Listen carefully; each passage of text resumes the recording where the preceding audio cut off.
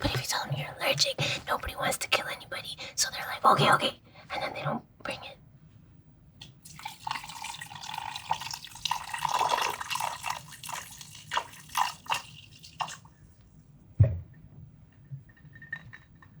I don't want to drink it from the cup though, so I'm drinking it from the bottle. Listen.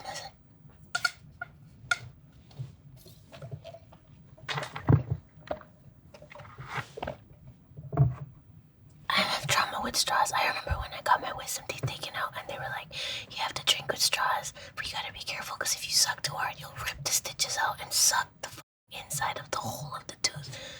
Which is crazy that I remember that. Shout out trauma. Woo! Let's talk about things that I like to eat. First one up, berries. I like berries because the sky's blue. Like, damn, they're just lit. I like berries. I like strawberries. And strawberries like me.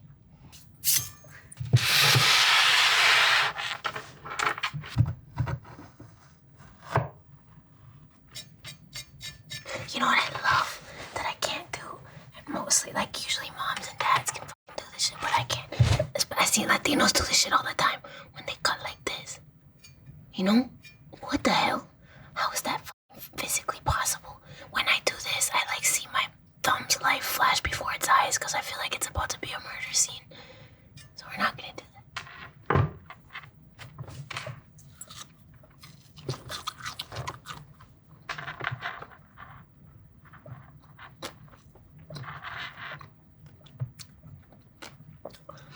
It tastes a little dusty, but it's alright because antibodies make you stronger.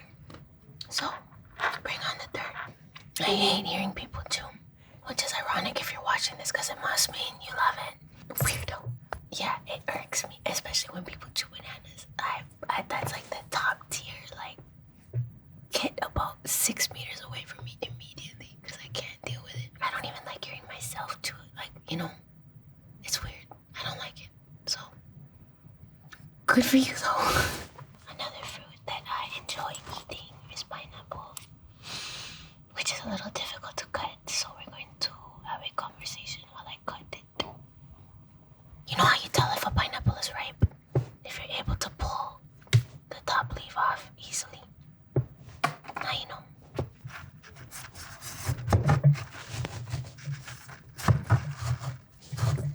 Can you tell I'm not very domestic? Uber Eats.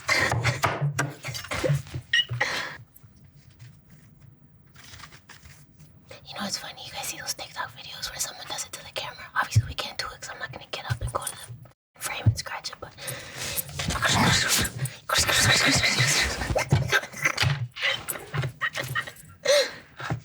My album came out September 16th, and the inspiration for my album, Yessie, is life. Which I guess doesn't really stem that far away from every other piece I've ever made because I've always just talked about my life. However, I don't think I've ever been so focused on like healing and self-growth and betterment. Obviously not better at cutting fruits, but other ways. So it's definitely got a different energy. I may have loved myself a little too close to the sun because I've definitely let other things that I thought were important to me kind of fall by the wayside, and relationships with other people and partnership and even like love with others. It's just interesting because life is all about balance, you know. I'm all for loving yourself, but you also have to remember that if you love people, you also have to just find that balance of making sure your cup is full, but then pouring into others as well, you know? So, Yessie, a vibe. My favorite song on my album, that's impossible to answer because it switches all the time. Like, for example, there's one song called Mood, and it sums up a lot, and we use this Colombian sample of this song I love that goes, los caminos de la vida no son como yo pensaba, como los imaginaba. No son como yo. I sound like shit when I'm whisper singing. But anyways, it's really dope. And so we were able to sample it. And it translates to the walks of life are not what I expected. They're not what I anticipated. And they're not what I thought they'd be. They're very hard to walk. They're very hard to go through. And I can't find my way out. I was translating in my head as I went because it's hard to, think in Spanish and speak in English. But it encompasses it. And then there's one song on the album that I'm super excited about too. That's called Emotional Detachment Demo. It actually it really sums up the curve of like heartbreak and then healing, because it starts with a story about seeing old love and how much it hurts and how much you wish you could still be friends after falling out, and ego and pain and tears and all that bullshit. But one day in Toronto at my house, I was just freestyling and I put this shit on TikTok and it came out and it was like this song called Quiet. How ironic. The song was called Quiet and it went like, I'm sure that I'm the villain in somebody else's story, but this ain't their song now, is it? And I'm sure that someone out there thinks that I should say I'm sorry, but what they think really ain't my business. And I miss the old me, who never gave a shit. They say ignorance is bliss, and now I get it. The years they gave me wisdom, but they gave me headaches too. But now, I know better than to argue with the fool. So I stay quiet. I stay quiet. That was a TikTok song. And everybody loved it. And I didn't want emotional detachment to just have the arc of pain, especially when I feel like I've grown. So I was like, I'm gonna make this a moment. So they're together. And emotional detachment is one of my favorites.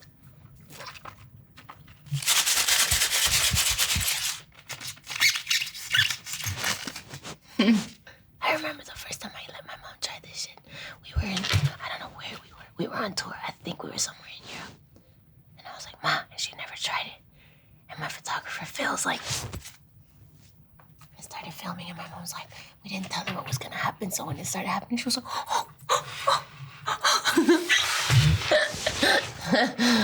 and everybody started dying. It was lit. It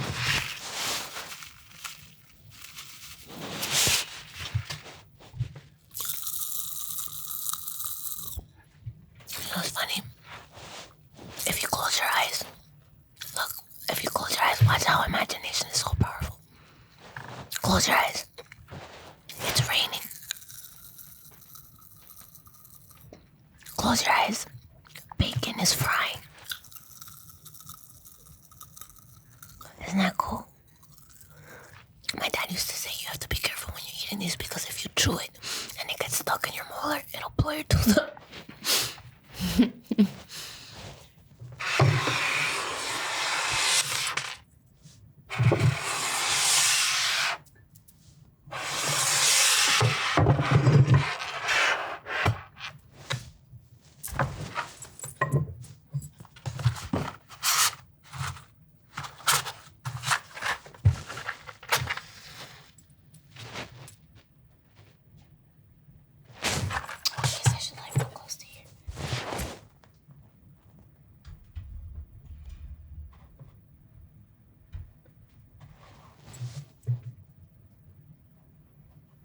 Can you hear the smoke? I guess so.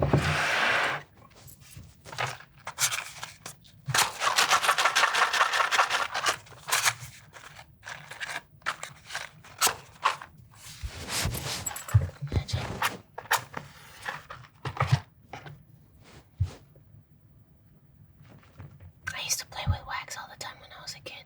I used to play with fire a lot. My mom thought I was going to be what are they called again? Pyro. Yeah.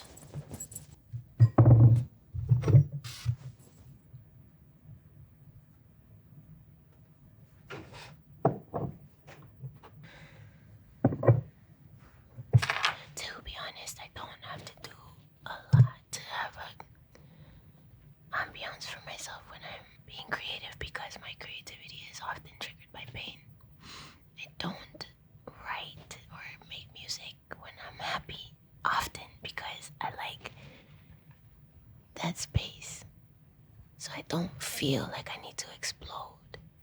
But when I'm sad, I do. And when I'm sad, it's like knee-jerk. Like you don't ever eat something bad and be like, think of throwing up. You eat something bad and your body's like, I need to throw up. Your body's telling you. And it's the same with music. So I don't really have to create that. However, when I'm in a good headspace and I'm like, I want to relax, I'll get like a candle and I'll get some lavender and some peppermint, put a couple drops in the bath and burn some sage and burn some palo santo, get some Eckhart Tolle and read my life away. If you ever need to relax, it really helps to have a self-love ritual, especially if you can do it every day, because I know when shit is rough, it's not easy to do it, but discipline is developed by doing the shit you don't want to do anyway. So take care of yourself.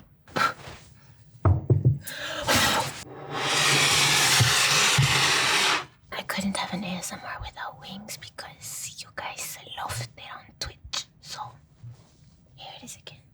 I usually ask for these on my rider, especially when I'm on tour. I'm going on tour again very soon and they're gonna be on the rider.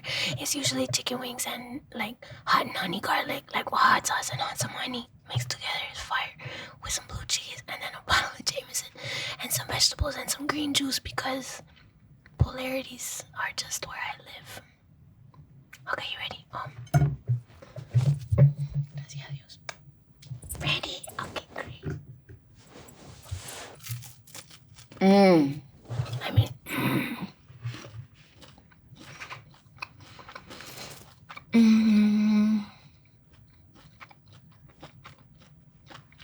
Oh my gosh. Why do I prefer flats instead of drums? I prefer the meat to sauce ratio is perfection on a flat. On a drum, it's just not. Y'all got me all flats. I just took this in. I didn't realize. Hey. It's because I said I was allergic to drumsticks. Yeah, the ratio for sauce to like wing is just perfect, and it's whack on a drumstick because there's more meat than there is sauce. Circumference, I don't know. I think people, you know what, like anybody who saw me do this on my Twitch, I kind of sound like Romeo Santos right now, you know, what he doing like? I love him, by the way. I fucking love him so much, he's so sick. Hard New York accent and me talking like that. I love it so much. This is also what my friend Phil sounded like because when I was on tour, Phil is usually on stage with me. And he was filming, and this is on camera, right? He's filming, and he's walking backwards, and all of a sudden the camera goes doo-doo-doo-doo. And this poor guy damn near like just broke his whole body. No breakage, but like bruised everything. And then later that night, and then later that night, his body just started getting more stiff, and me and my other boy Cello were like trying to help him, and like. And we had to like cover his body in turmeric and like he had no insurance. We're just trying all our homemade remedies, you know, wrapping shit up, giving him ice. But it was just funny because then you know how you have like sayings that encapsulate a memory. We just would always crack jokes. We'd be like, oh, Phil's coming, and he'd be like, turmeric, the turmeric. It was just a staple for that memory. I think people really like seeing me eat these because I eat them the correct way. People eat wings and they finish like this. And they leave all the meat on. What the fuck is that? That's not how you're supposed to eat it. The bone is edible. And people look at me when I do this shit and they look at me like I'm a cannibal, but I'm not. I'm Latina. Okay, that's how you're supposed to eat it.